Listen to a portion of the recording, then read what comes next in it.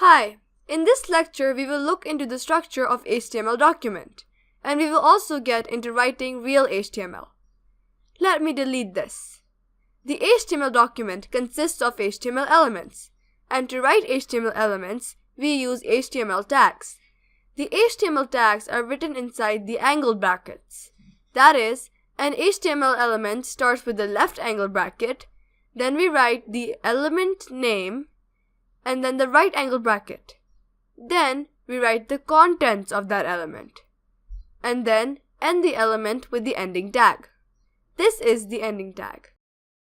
This is known as the starting or the opening tag, and this tag with / is known as ending or closing tag.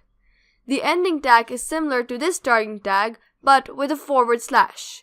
The contents are enclosed in the starting and ending tag. This was just an example. Let me delete this. So in order to write a paragraph, we will start with the left angle bracket, P, right angle bracket. You may have noticed that the brackets automatically puts the ending tag. In case you are using a simple text editor like Notepad or TextEdit, you will have to write the ending tags manually. So this is also one of the advantages of using special editors for HTML. Okay, the contents will go inside the starting and closing tags. This is paragraph. Majority of the HTML elements have both the starting and ending tags. However, there are certain elements for which we do not need the ending tag, like line break, which is BR, the horizontal ruler, which is HR, and image elements, etc. Technically, you can put a / here, which is a requirement if you are writing XML, etc. But for HTML5, it is not required. Shortly, we will be talking about those elements which need the closing tags and also about those which do not need them.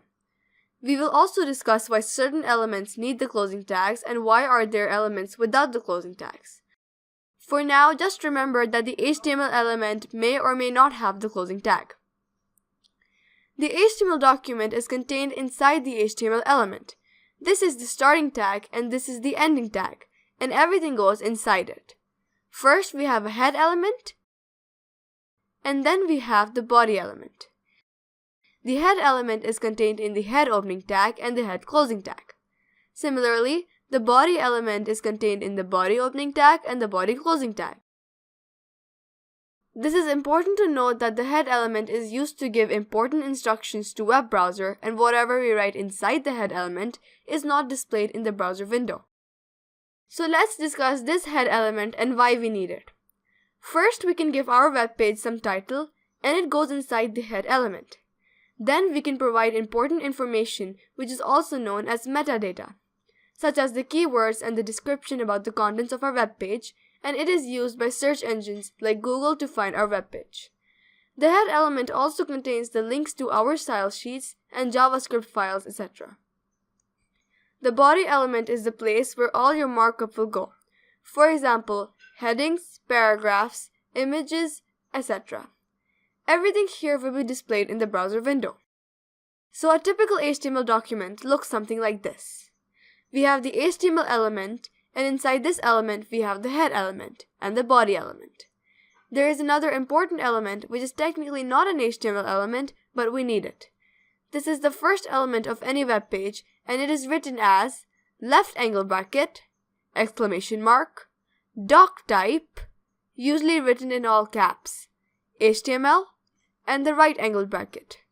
This is not an HTML element, but this is a declaration and it tells the browser that this is an HTML document. The doc type HTML is specifically for HTML5. So this document is HTML5 document. For previous versions of HTML and XHTML, the declaration is different and generally more complicated.